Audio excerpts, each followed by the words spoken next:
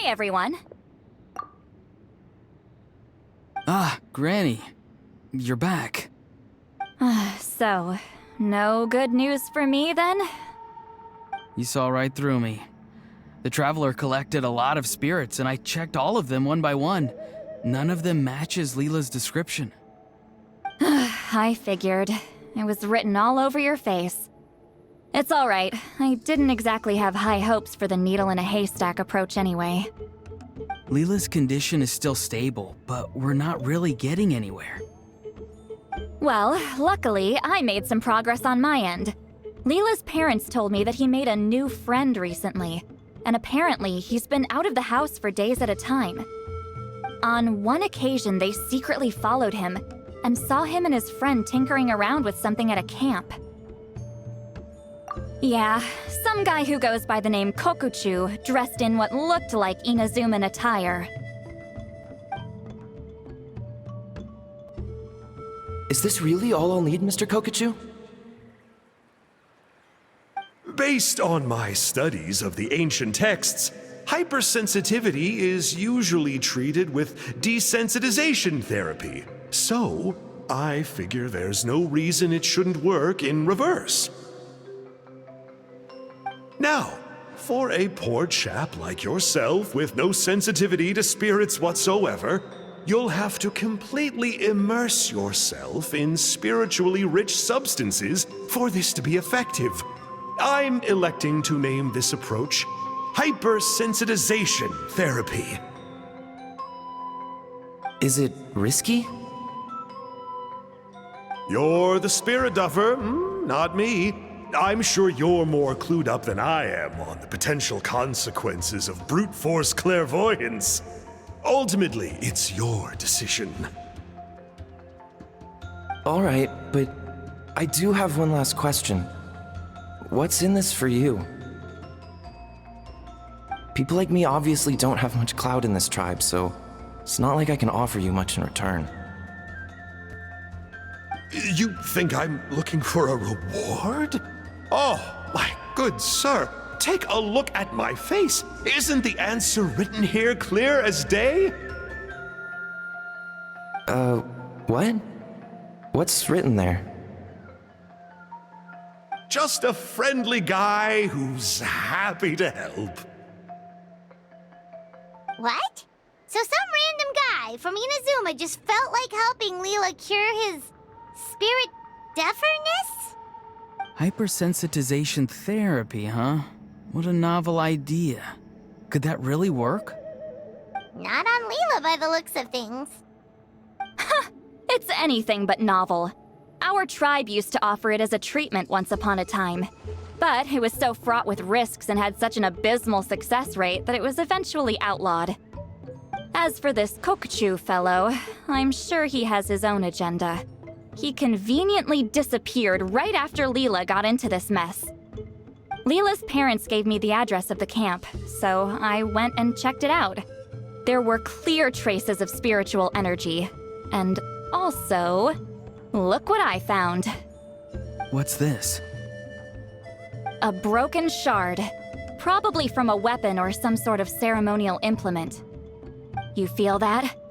It might look old, but it has extremely strong traces of spiritual energy. Leyla must have used this as his medium. It would definitely explain how a spirit duffer like him was able to trigger a clairvoyant experience. Wait, there's something else. It feels so familiar.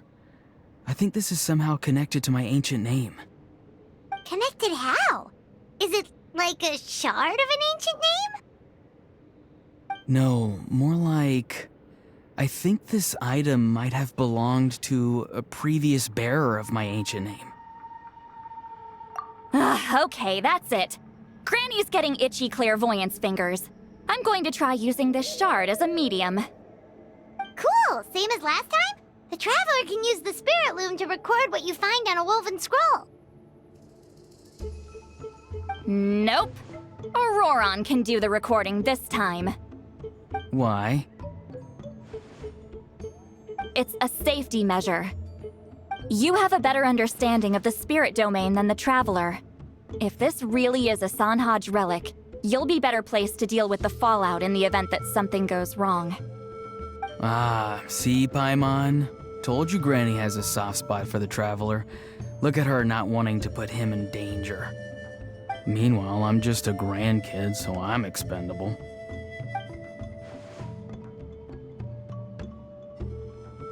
Hey, what are you blabbing on about?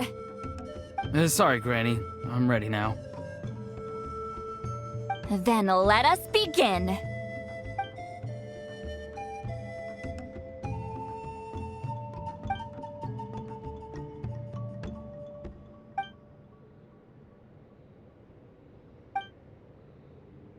Alright, what's on the scroll this time?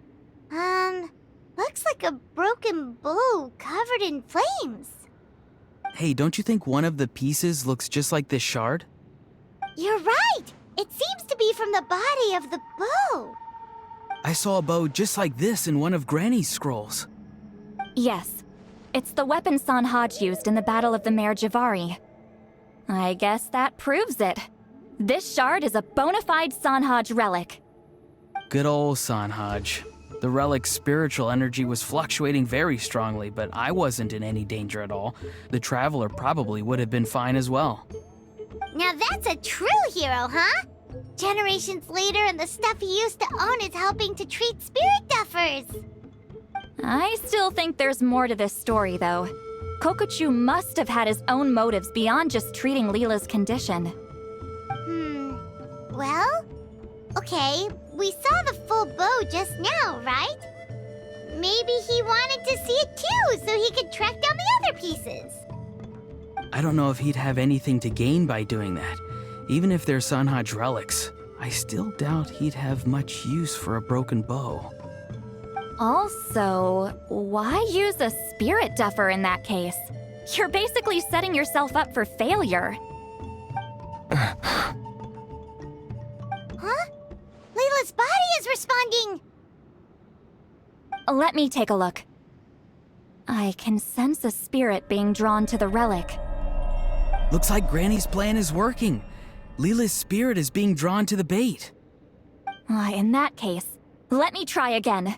This time using both Leela's body and the shard as mediums. You can do it, Granny. I'm ready to go too. You got the itch too, huh? Plus, Auroron went last time. It's only fair to take it in turns. Fine by me. We know it's safe now, so you shouldn't have any problems.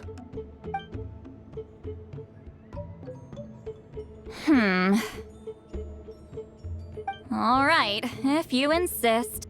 Be my guest. Just let me know when you're ready.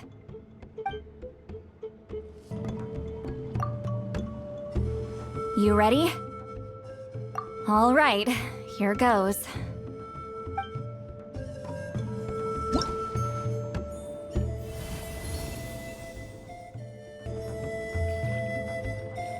Another image has appeared. This one is a map. A map? Of where? Could it be the Mare Javari? The Mare Javari? The Mare Javari was reduced to a desolate wasteland after that big battle. Or rather, it became known as the Mare Javari after what happened there. The ashes of the monsters and warriors who fought there covered the entire battlefield. Sometimes, bone-chilling cries would be heard from the depths. Other times, the whole region would become engulfed in towering flames, drowning out the cries. That place is full of untold dangers and mysteries. Over the centuries, the finest adventurers have tried to prove themselves by venturing in. Sadly, most ended up perishing there. That lasted up until around 20 or 30 years ago, when strange things started happening. People started speaking of an enormous dark creature the size of a mountain, roaming around inside the Mare Javari. And then, shortly after that, the whole region just completely disappeared. Nobody knows how, but that infamously ominous place just vanished from the face of the world. What? How the heck? I know, right? Anyway, if I'm not mistaken, the place indicated on this map is where it used to be before it disappeared. At the westernmost part of Natlan. It's a very remote location, far away from any of the tribes. There never used to be a settlement there, but there's more people since the Mare Javari disappeared.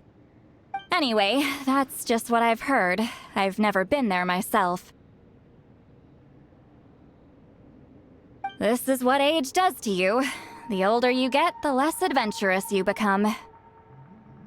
That's just an excuse. Granny's too lazy to take a trip that far away. Hold on a second. There's a spirit approaching the shard and the woven scroll. Oh, Leyla's body is responding again! Quite a strong reaction this time. Does this mean what he was really seeking was the Mare Javari's location? I sense it too. There's a soul nearby. Almost a complete one. This is creeping Paimon out! Seems like the plan is working. So, can we just wake him up now? Not today. You might think bringing a spirit back into its body is like pouring water from one bottle into another, but it's far more complicated than that. I need to borrow a ceremonial sword and make some other preparations. It'll take me about 2 days. But don't worry, now that his spirit's returned, there's just one step left. Let's meet up again in 2 days.